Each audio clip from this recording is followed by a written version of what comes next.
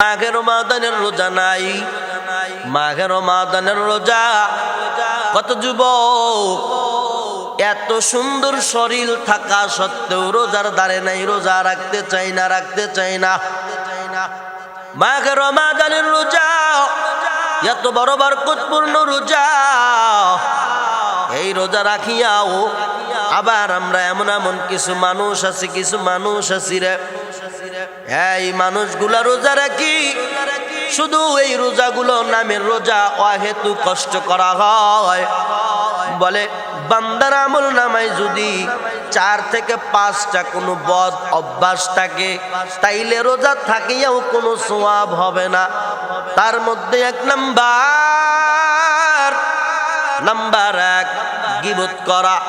রোজা থাকিয়া বান্দা যদি গীবত করে, তাইলে বান্দার হক নষ্ট হয়ে যাবে, রোজার হক নষ্ট হয়ে যাবে, বান্দার রোজার হক নষ্ট হয়ে যাবে। যদি কি করে 1 নম্বরে গীবত করে।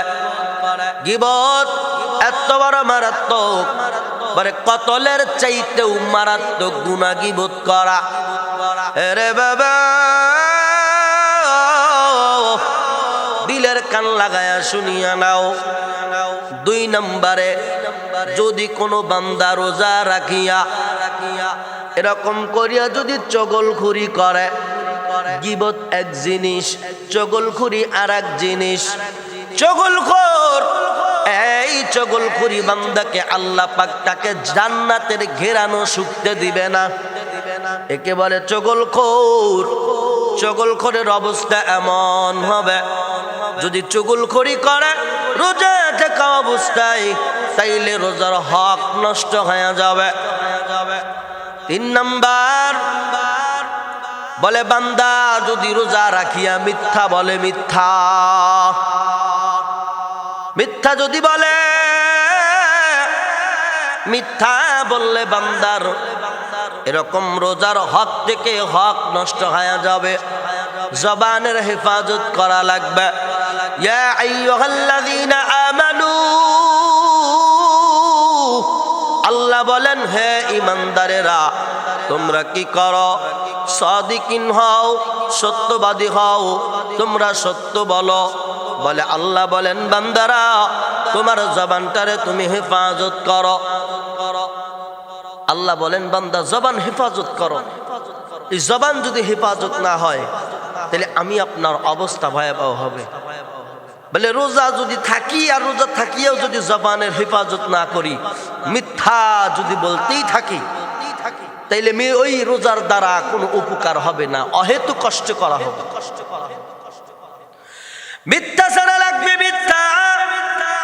বান্দা রোজা রাখছে, রোজা রাখিয়া বান্দা কি করলো? মিথ্যা বলল। মিথ্যা যদি মিথ্যা বলে, তাইলে রোজার হক নষ্ট হয়ে গেল। এরপরে আসেন 4 নম্বরের বিষয়। যদি কোনো বান্দা রোজা রাখিয়া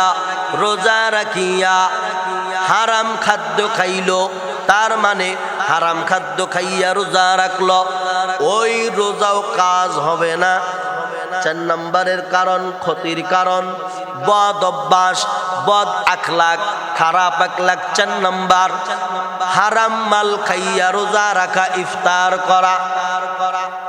সুদের টাকায় যদি বান্দা পোলা মাংস বিরিয়ানি খাইয়া রোজাও রাখো, সেহরি খাইলা, কিন্তু তোমার সুদের টাকা, ঘুষের টাকা, একেবারে নাপাকি টাকা দিয়ে যদি তুমি খাবার খাও আর যদি রোজা রাখো, আমার আল্লাহ বলেন, নবী বলেন, ওই বান্দার রোজা হবে না, রোজার হক আদায় হবে না।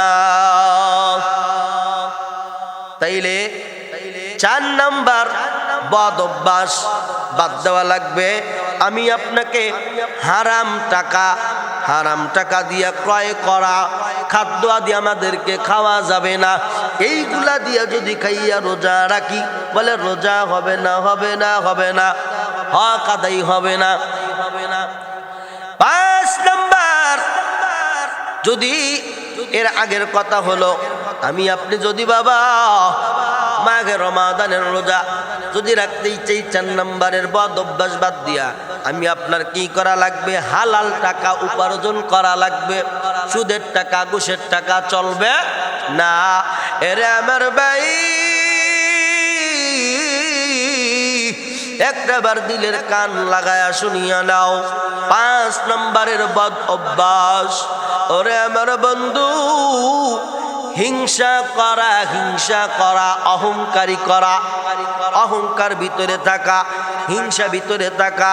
আমি অন্যের ভালো দেখতে পারি না, অন্যের ভালো কি দেখতে পারি না। অন্য ভালো চলে, অন্য ভালো খায়, অন্য ভালো পড়ে, এটা আমি সহ্য করি না। রোজা থাকিয়াও যদি আমার নফসটা খারাপ থাকে, আমার নফসটা যদি দিমাগ হয়ে থাকে, যদি রোজা থাকার পরেও আমার নফস শুধু শয়তানি করে, বলে এমত অবস্থায় তোমার রোজার হক আদায় হবে না। এত কষ্ট করলাম, যদি তুমি কষ্ট করিয়া রোজার হক আদায় না করতে পারো রে বাবা, তোমার এই রোজা থাকিয়াও যা, না থাকিয়াও তাই। এই জন্য বলি, রোজা যেহেতু রাখবো, এই রোজা রাখবো, এত কষ্ট করিয়া আমরা যেহেতু রাখবো, রোজা সিয়াম পালন করব, তাইলে এই 5টা অভ্যাস আমাদেরকে বাদ দেওয়া লাগবে। চগলখুরি করা যাবে না, এরপরে গীবতকারী হওয়া যাবে না, এরপরে আসো বলে হারাম মাল দ্বারা, এরকম হারাম মাল খাইয়া তোমার আমার কি করা যাবে না? বলে রোজা রাখা যাবে না, সেহরি খাওয়াও যাবে না, ইফতার করাও যাবে না। সেহরিও একটা বরকতের বিষয়, সেহরি একটা বরকতি খানা, অন্য খানাকে সেহরি বলা হয় নাই। একমাত্র ওই শেষ রাত্রের খাবার আল্লাহ পাক সেহরি বাজেট করলেন। বলে বান্দা, এই সময় যদি তুমি খানা খাও, তুমি খানা খাইলে তার মানে সেহরি খাওয়া হয়ে গেল। আর যদি সেহরি খাও, সেহরির মধ্যে আমি আল্লাহ বরকত দিয়ে দিছি, বরকত পাওয়া যাইবা। ইফতার করো ও বান্দা, ইফতার এত বড় বরকতের খাবার, বরকতের বিষয়, যেই ইফতারের সময় আমি বান্দার সকল দোয়া ইবাদত আমি কবুল করি। বান্দা যদি ইফতারের মুহূর্তে আমারে বলে আল্লাহ তুমি আমারে মাফ কইরা দাও, বান্দা শোনো, ফেরেশতারা দেখো, আমার বান্দা আমার কাছে মাফ চাইছে, আমি আল্লাহ আমার বান্দারে মাফ কইরা দিলাম। সুবহানাল্লাহ। এরে আমার ভাই, এরে যুবক, এরে আমার বাবারা, পর্দার অন্তরালে মা বোনেরা, মাঘে রমাদান মাস পাইয়াও যেই বান্দা নিজের জীবনের গুনাহ খাতা মাফ করাইতে পারল না, ওর মতো হতভাগা আর কেউ নাই, ওর মতো হতভাগা আর কেউ নাই, ওর মতো হতভাগা, ওর মতো কপাল পোড়া আর কেউ নাই। মাঘে রমাদান মাস পাইয়াও যদি বান্দা কি করে না, ইবাদত করে না, আমল করে না, ওরে আমার বাবারা, দিলের কান লাগায়া শুনিয়া নাও। আল্লাহ পাক এই মাঘে রমাদানের 30টা রোজা কেন দিলেন? কেন 20 দিন দিলেন না? মাঘে রমাদানের রোজা কেন 10 দিন দিলেন না, 5 দিন দিলেন না, 12 দিন কেন দিলেন না, 1 মাস কেন দিলেন? একটা প্রশ্ন আছে না নাই বাবাজিরা? হ্যাঁ, অবশ্যই আছে। আল্লাহ এত বড় বরকতের মাস মাঘে রমাদান, এই মাঘে রমাদানের রোজা সংখ্যায় কেন 30টা বলে 1 মাস অথবা 29টা 1 মাস? কেন 1 মাস হইল? আল্লাহর বান্দা, এই প্রশ্নের উত্তরে মুফাসসিরিনে কেরাম লেখেন, মুহাদ্দিসিনে কেরাম লেখেন, ওই হাদিসের রেফারেন্সে বোঝা যায় আল্লাহ পাক আমাদের বাবা আদমকে রোজা ছিল, বাবা আদমের রোজা ছিল গন্ধম ফল না খাওয়া। কি ছিল?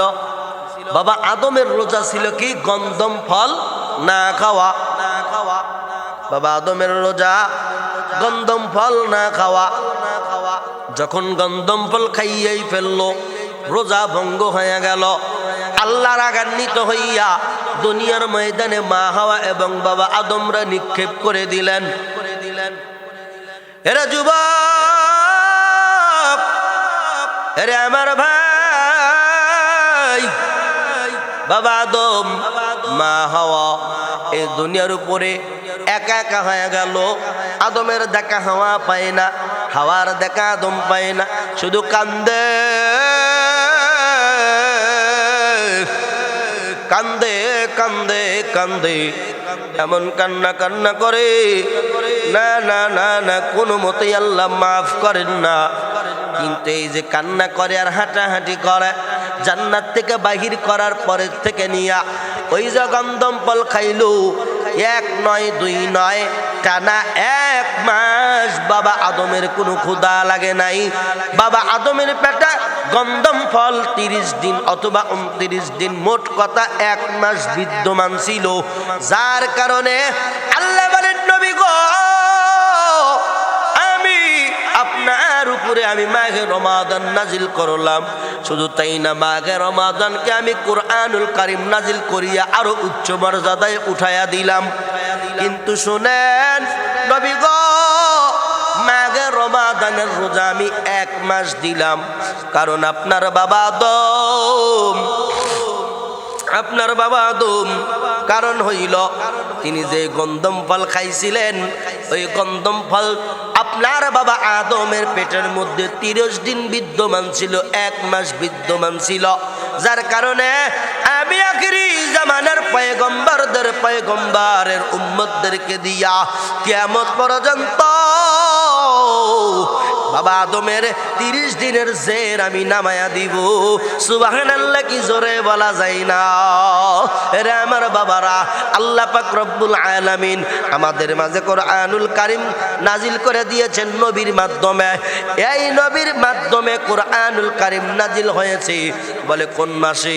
বলে অন্য কোন মাসে হয় নাই। এই কুরআনুল কারীম নাজিল হয়েছে মাহে রমাদান মাসে।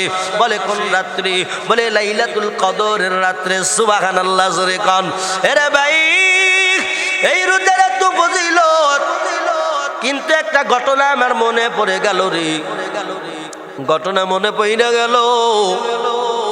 আল্লাহর এক বান্দি, আমার এক কলিজার টুকরা সন্তান, পেটের থেকে ভূমিষ্ঠ হওয়ার পরে এত আদর করেছে, এত ভালোবেসেছে, তিলে তিলে মা জননী, এই মা জননী তার আদরের কলিজার টুকরা সন্তানকে খাবার খাওয়ায়। অন্যের বাড়ি গিয়া গিয়া কাজকর্ম করিয়া গরিব সন্তানটারে যখন মানুষ করা হলো, সন্তানটারে মানুষ করার পর এই সন্তানটারে মানুষ করিয়া বলে এমন একটা ঘটনা ঘটায় দিল, আল্লাহর বান্দা দিলের কান লাগায়া শুনিয়া নাও। যখন এমন হয়ে গেল, আল্লাহর এই বান্দি তার কলিজার টুকরা সন্তানকে সুন্দর করে লালন পালন করে। মা তো মা কত বড় মায়া রে, মার কত বড় দয়া। বলে আল্লাহ বলেন, এই মা বাবার কলিজার মধ্যে 100 ভাগ রহমত, আমি 99 ভাগ রাখলাম। ওই 1 ভাগের মধ্যে ওই একটা ভাগ আবার 100 ভাগ করলাম। ওই 100 ভাগের মধ্যে আবার 99 আমি আল্লাহ নিলাম। আর ওই 1 ভাগ সামান্যতম, এই ভাগ রহমত, এত এইটুকু দয়া আমি দুনিয়ার মা বাবার বুকে আমি দান করে দিলাম। যার কারণে কিঞ্চিত পরিমাণ দয়া মা বাবার কলিজায় দেওয়ার কারণে সন্তান কত আঘাত করে, মা মনে রাখতে পারে না, বাবা মনে রাখতে পারে না। সন্তান কত ওয়াহিদু টাকা পয়সা কত জায়গায় কত নষ্ট করে করে বেড়ায়। মা বাবা রাগ করিয়া থাকার পরও আর রাগ করে থাকতে পারে না। আরে আমার ভাই রে, দিলের কান লাগায়া শুনিয়া নাও। ও আমার বাবারা, এই আল্লাহর বান্দি বাচ্চাটারে মানুষ করতে করতে করতে করতে 8-10 বছর হয়ে গেল। আরে বাবা গরিব, এই গরিব বাবা তার সন্তানটারে সুন্দর করিয়া ধীরে ধীরে লেখাপড়া করাইতেছে। কিন্তু বাবার শরীরে কোনো ভালো কাপড় নাই, মার শরীরের মধ্যে ভালো পোশাক নাই, বাবার শরীরে পোশাক নাই। মা কোনো রাত্রিতে খাইয়াও ঘুমায়, আবার কোনো রাত্রিতে না খাইয়া ঘুমায়, আব্বা কোনো রাত্রিতে খাইয়া ঘুমায়, আবার কোনো রাত্রিতে না খাইয়া ঘুমায়। মা বাবা কত কষ্ট করে আদর করে সন্তানটারে লালন পালন করলো। মাঘে রমাদানের রোজার সম্পর্কে আমি একটা ঘটনা বলতে চাই। বাবা শোনো, রোজা যে কত বড় প্রিয় আমার মালিকের কাছে জানো না রে যুবক, জানো না, জানো না। মাঘে রমাদান ফরজ রোজা, নফল রোজার একটা আমি ওয়াকিয়া ঘটনা শুনে দিতে চাই। মা বাবা আদর করে মা সন্তানটারে লালন পালন করলো। এবার ওই সন্তানটা ধীরে ধীরে বড় হইতে লাগলো। বাদান প্রাথমিক বিদ্যালয়ে ভর্তি করে দিলেন, সেখানে লেখাপড়া শেষ করলো। এরপরে মধ্যম মাধ্যমিক বিদ্যালয়, এরপরে বাবা হাই স্কুল বলেন, কলেজ বলেন, যত যাই বলেন না কেন, মোটামুটি শিক্ষিত করিয়া সন্তানটারে মানুষের মতো মানুষ বানাইলেন। মানুষ বানানোর পরে মা গরিব, বাবা গরিব, গরিব মা বাবা সন্তানটারে লেখাপড়া করাইতে গিয়া বাড়ি গাড়ি বাড়াইতে পারে নাই, জমি জমা কিনতে পারে নাই। আল্লাহর বান্দা দিলের কান লাগায়া শোনো রে, হয়তো গরিব, যার কারণে দরিদ্রতা এরকম করিয়া দরিদ্রতা ফুরাইতে পারে নাই, দরিদ্রতা লেগেই আছে। একমাত্র কারণ কলিজার টুকরা সন্তানটারে লেখাপড়া করাইতেছে। লেখাপড়া খানা নাই রে, মা খানা খায় না, আব্বাও খানা নাই, একবেলা খাইছে তো খাইছে, না খাইছে তো নাই, কোনো টেনশন নাই। চিন্তা লক্ষ্য একটা, তার সন্তান তারা মানুষ করবে। প্রত্যেক দুনিয়ার প্রত্যেক মা বাবার অন্তরে কথাই থাকে। কিন্তু আমরা পরিস্থিতির শিকারের কারণে এক একজন এক এক রকম হয়ে যায়। সর্বাবস্থায় দোয়া করি আল্লাহ পাক যেন আমাদের সবাইকে মা বাবার সাথেই মোহাব্বত একিন রাখিয়া যেন দুনিয়ার থেকে বিদায় নেওয়ার তৌফিক দান করেন, বলেন আমিন। আরে আমার ভাই, এইবার সন্তান বড় হয়ে গেছে, কিন্তু বাবা এইবার ছেলেটা মারে ডাক দেখায়, আম্মা জান তুমি আমারে কত কষ্ট করি আমারে লালন পালন করুন, লেখাপড়া করাইলা। ওরে আমার মা, আমি দেখছি তুমি আমারে ভালো পোশাক পরাইতে গিয়া মারা তুমি জীবনে কোনোদিন নতুন পোশাক পরতে পারো নাই। ও আমার আম্মা জান, ঈদের দিনে তুমি আমারে নতুন নতুন পোশাক আদি কিনে দিয়েছ। আমার বাবা নতুন নতুন পোশাক আমারে কিনে দিয়েছে। আমি নতুন পোশাক গায়ে লাগাইয়া ঈদগাহে যাইতাম মারে, কিন্তু ঈদের দিন আমি তাকায় তাইকে দেখছি বাবার গায়ে ভালো পোশাক নাই। আমার বাবার গায়ের মধ্যে পুরাতন একটা জামা আর মাথার মধ্যে একটা গামছা। কত মানুষ বাবার বন্ধুরা ছেলেটা মারে ডাক দেখায়, আম্মা জান আমি দেখছি আমার আব্বার বন্ধুরা ঈদের দিনে কত সুন্দর সুন্দর পোশাক লাগাইয়া ঈদগাহে নামাজ পড়ার জন্য যায়। ওরে আমার মা, আমি দেখছি তোমার সঙ্গে থাকাও কত মহিলারা নতুন নতুন কাপড় পরিয়া নতুন নতুন পোশাক পরিয়া তোমার বাড়িতে আসছে। আমি তখনও দেখছি ও মা, তোমার শরীরে নতুন কোনো পোশাক নাই। ঈদের আনন্দ আমাকে তোমরা দিয়ে দিতা, আমার আনন্দের কাছে তোমাদের আনন্দ হেরে যেত। তোমরা দুঃখ পাইয়াও কোনোদিন দুঃখ মনে করতে না। ওরে আমার আম্মা জান, জানের ওই রোজা রাখো গুনাহ যাবে সরিয়া, আসছে রমজান রহমত লইয়া, আসছে রমজান মাগফিরাত লহিয়া মাহে রমজান রোজা রাখো মাহে রমজান রোজা রাখো গুনাহ যাবে জরিয়া আসছে রমজান রহমত লইয়া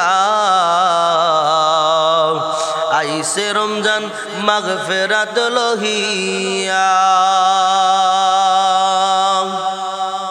মাঘে রমজানের দিনের বেলা ওরে দিবালোকে খানা খাইলে ও আল্লাহ তাআলা নারাজ হবে আল্লাহ তাআলা নারাজ হবে বিপদ দ্বীপে চাপায়া আসছে রমজান রহমত লইয়া আসছে রমজান রহমত লইয়া মাহে রমজান রোজা রাখো মাহে রমজান রোজা রাখো গুনাহ যাবে জরিয়া আসছে রমজান ওরে রহমত লইয়া আইছে রমজান মাগফিরাত লহিয়া ওরে দিনের বেলায় খানা খাইলে ওরে আমার আল্লাহ তাআলা নারাজ হবে ও মাওলাই আমার নারাজ হবে মাওলাই আমার নারাজ হবে বিপদ দিবে চাপায়া আইছে রমজান রহমত লইয়া যুবক রে আইছে রমজান রহমত লইয়া আইছে রমজান মাগফিরাত লহিয়া